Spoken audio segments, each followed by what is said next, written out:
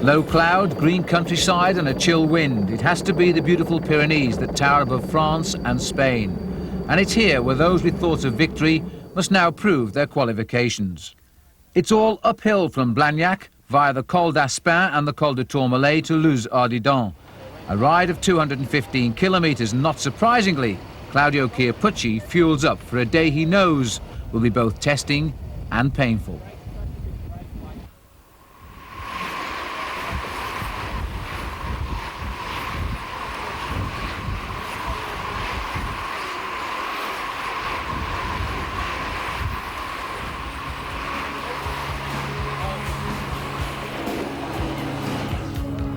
The first challenge is the Col d'Aspin, the lowest of the day's climbs, and usually a stepping stone of no great difficulty. But today things are different. A small group of riders is ahead, and while the field behind questions the move, even thinking of it as suicide, Chiappucci, the race leader, is acting just like that, a race leader. He sets a tough pace. Chiappucci was not interested in the help of the lesser men who had taken up the challenge with him. For days everyone had talked about this stage and how much time the Italian would lose. No one had expected this, least of all the other Tour hopefuls who kept up a rhythm behind without too much effort yet.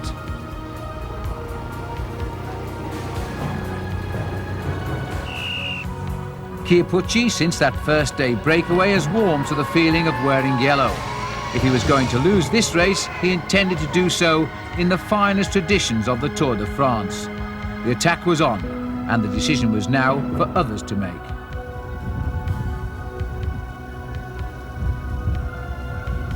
Relentlessly, Chiappucci kept the pressure on as he raced through the corridor of people towards the top of the Col d'Aspin.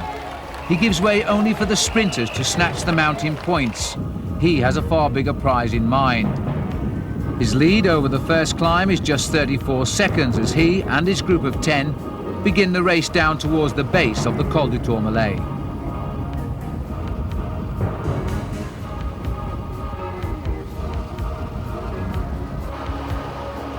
Goodness knows what Chiappucci's breakaway companions are thinking, but the yellow jersey now has a lead of over a minute, and the Tour is taking on a new dimension.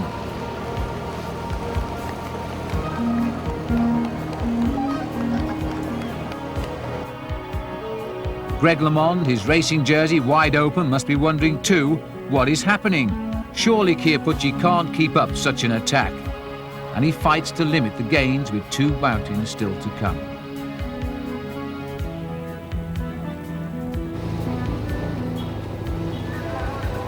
The Col de Tourmalet, a brute of a climb that just goes up and up. It's here where LeMond and the other leaders hope that Chiappucci will prove the error of his attack. But at the start of the climb, his lead is up to almost 3 minutes. Claudie Quequillion, the champion of Belgium, is also having a great tour, but there is still no sign of the names expected at the front.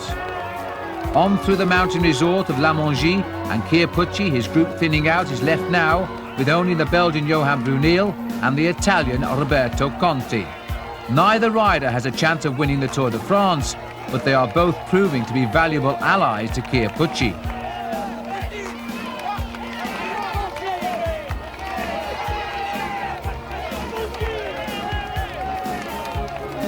Pedro Delgado, riding on the edge of his own country, is being forced to follow rather than lead on his favourite terrain. He relies on teammate Miguel Indurain, while Greg LeMond relies on his teammate Bruno Cornier.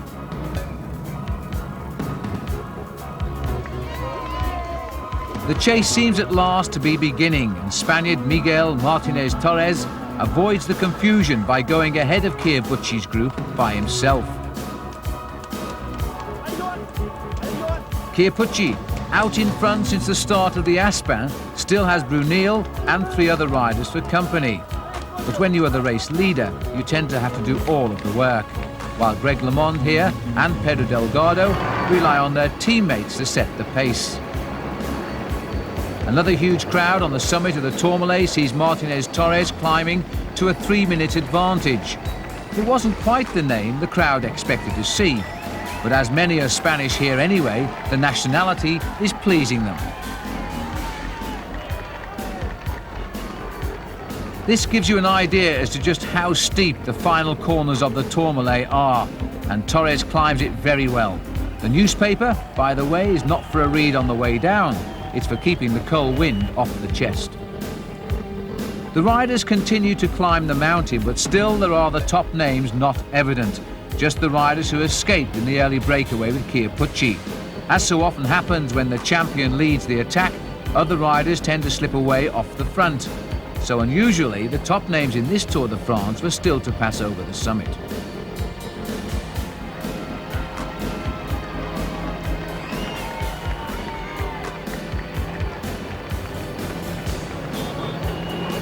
A long, hard road to the top of the Col de Tourmalet.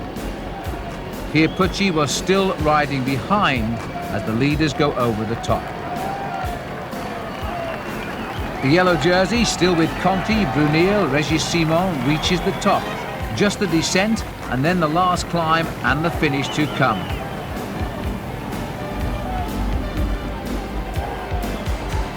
Conti outsprints Kia Pucci for the banner.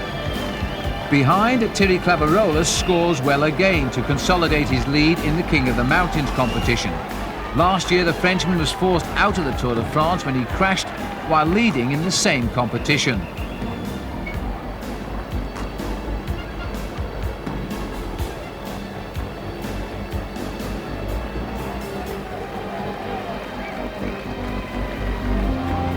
More than 2 minutes later, the elite group heads towards the summit, led by Marino Lajaretta on the left and the tall Miguel Indurain.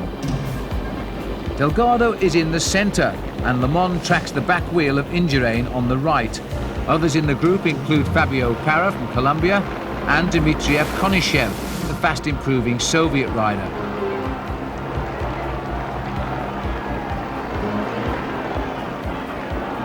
Indurain is a revelation in this Tour de France. Surely now he must regret having played such an unselfish role in the Alps to help Delgado. The group goes over the top knowing that the chase must be fast and determined if Kia Pucci, the brilliant Kia Pucci, is to be brought back to heel. Miguel Martinez Torres has no illusions of winning the Tour de France, just a stage. He is far too far behind overall. While Greg LeMond launches the attack on the descent to cut back the lead of Kia Pucci, now only just ahead. The chase downhill lasts for more than 20 minutes at speeds of 90 kilometers an hour. The checks indicate, though, that Kia Pucci will soon be caught, and so he is. At the base of the final climb, the yellow jersey is caught after an attack that will find a place in the colourful history of the Tour de France.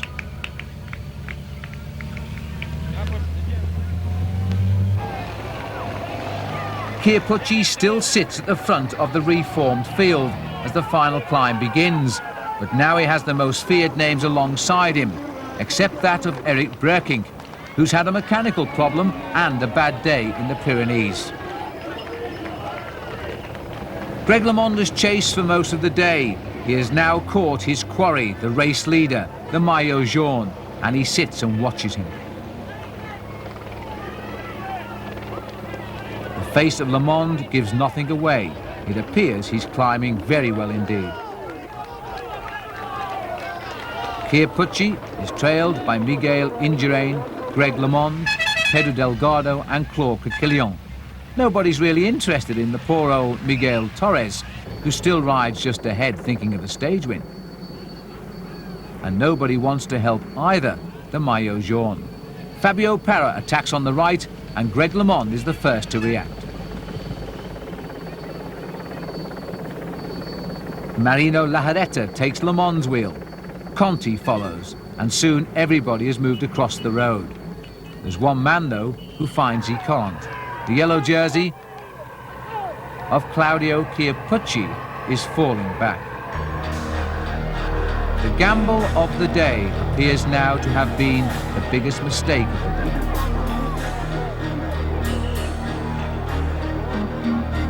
As the group containing Greg LeMond and all of the Tour favourites except Eric Breukink goes clear, Claudio Chiappucci is now having to fight to keep the race lead. The only thing in his favour is the time he holds in hand over the riders going ahead of him.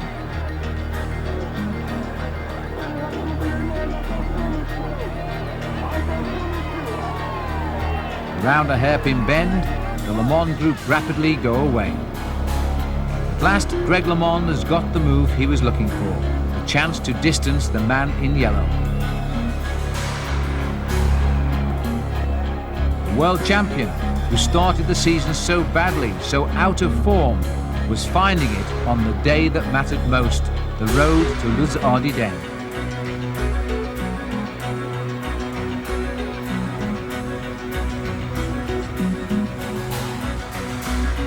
Cathy Lemond watches on television on the peak summit. And what she sees is what she hoped she would see. Her husband Greg driving the pace.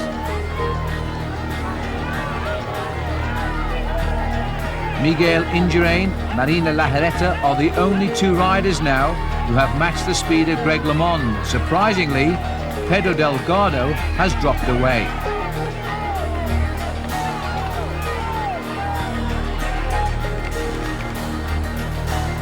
But Delgado hasn't dropped away quite as far as the yellow jersey of Claudio Chiappucci. He still lived in hope that he would lead the Tour by the end of the day.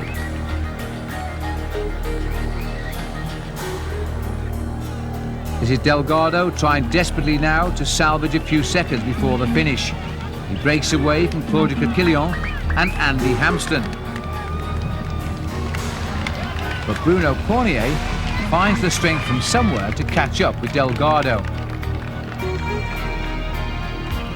The mountains should have been the favourite hunting ground for Pedro, as they were when he won the Tour de France back in 1988, but he hasn't produced the same form this year. Greg LeMond was receiving absolutely no help at all from the two Spanish riders, Lejarreta and at the back, Miguel Indurain. They had no intention of helping him either. They were searching, in fact, just for the stage win here on the Spanish borders. After all the flags were the Basque variety.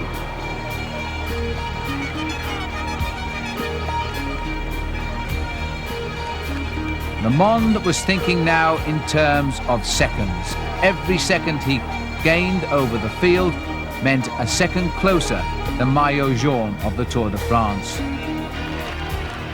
And so, with 3 kilometers to go, Lejarreta was dropped off the back, while Lejarreta's teammate, Miguel Martinez Torres, was finally caught. He'd been off the front. Now there was nobody in front of these two riders. It was purely a matter of which one would win and how much time they would gain over the yellow jersey.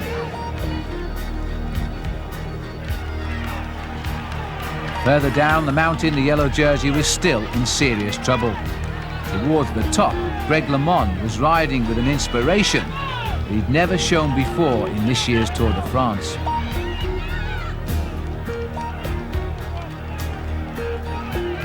And surely too, Miguel Indurain was badly regretting now waiting for his teammate Pedro Delgado down in the valley road towards the climb of Alpe d'Huez, because had he not lost so much time on that day, he might have been a real challenger now to Greg LeMond and Claudio Chiappucci.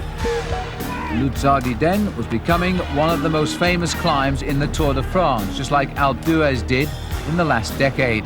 Just look at the people here now. They had come from far and wide. This was a great festive day, but it was above all the day that they thought the Tour de France would be decided. And we'd have to wait for the clock to start counting before anybody could say that. Into the last few kilometers for the two leaders, Claudio Quintilian was trying desperately now to drop even Pedro Delgado, while behind them all was the yellow jersey still toiling and suffering of Chiappucci. No help at all for Greg LeMond. He was having to win this Tour de France purely on his own strength, if indeed he was going to win it. LeMond knew he needed time and needed it on this climb, because tomorrow there is no great climbs on the course. It would leave just one time trial before the finish in Paris. He needed time, and he needed it now over Claudio Chiappucci. He was not concerned about the stage victory, and quite clearly that most certainly was in the mind of Miguel Indurain. who was waiting for his moment. But he didn't fancy water over the back of his neck either. The finish is as high as you can see. There are still a few uphill slopes to come, but you'd never see them through this crowd.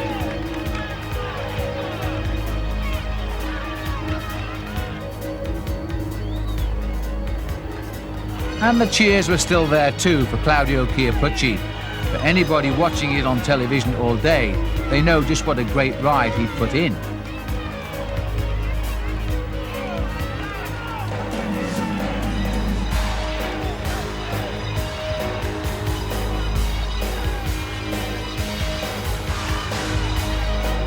The crowd narrowed the road down to just the width of a car, and Greg LeMond picks his way through and never once turns round to ask Indurain for help.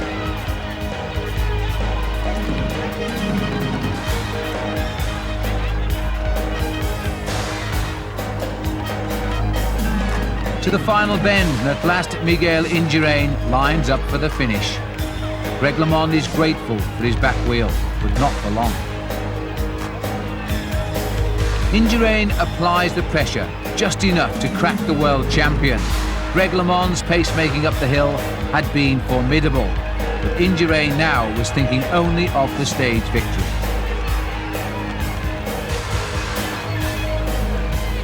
It reminded one a little bit of the battle between Greg LeMond and Ronald Fignon a year ago on top of the Col de Peyresourde and Super Bagnères.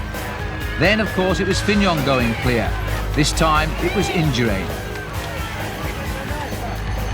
Round the final bend, the finish banner was in sight, and after 7 hours of riding at an incredible average speed of 39 kilometers an hour, the Spaniard Miguel Indurain wins this classic stage. Greg LeMond arrived just 6 seconds behind him. And then the media move in.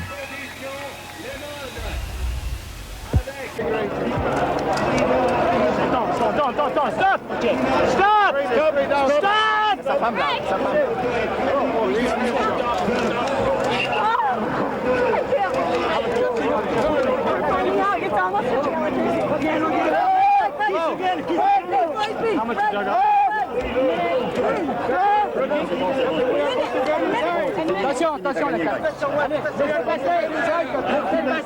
C'est le Colombien Parra, il y a maintenant 1 minute et 7 secondes que Miguel Indurain a franchi la ligne d'arrivée.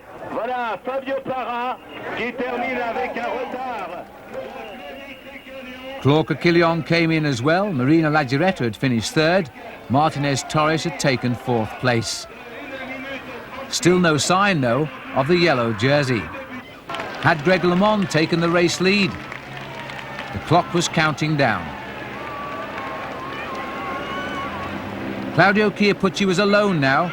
He'd been alone for most of the day, really, because nobody had been willing to help him. He sprinted up to the line with the clock still counting down, and when he crossed it, he'd kept his yellow jersey by just 5 seconds. Non, je me sens très bon, je veux. Greg, you're just 5 seconds behind the jersey. Do you think Perfect. you got the jersey now? It's not one until the time trial, but it looks very good. Well, you know the time trial. You know the time trial at Lac de Bassivière because you won there in '85. It's for 5 seconds. You lost the maillot jaune. Oui, mais C'est pas grave. It's okay. So, Greg, you know the time trial in Lac de Bassivière. You must feel confident. I feel very confident. I think I can beat Cappuccino. If I can't, then I don't deserve to win. 5 seconds separating you and the yellow jersey right now, Greg. I think I'm very confident I can win because I know I'm better than Cappuccino time trials. The last one's especially good for me, and I feel totally fresh. Was your strategy just constant attack at the finish? Well, I wasn't sure how everybody felt. I tell you, I went into the stage I thought all I had to do was follow Delgado. I thought Delgado would be the one who attacked. But when I saw Cappuccino was gone in a break and nobody responded on the Tourmalet, I said, we're going to let him go. And I said, it's all or nothing. And glad I did it because I think I killed Delgado. He had to come back to me, and we raced a race that was superb with the team. Did you think the Tour de France might be won today in this stage? It's won today. It's not over till Champs-Elysees, but if I'm going to win, it's one today, no doubt.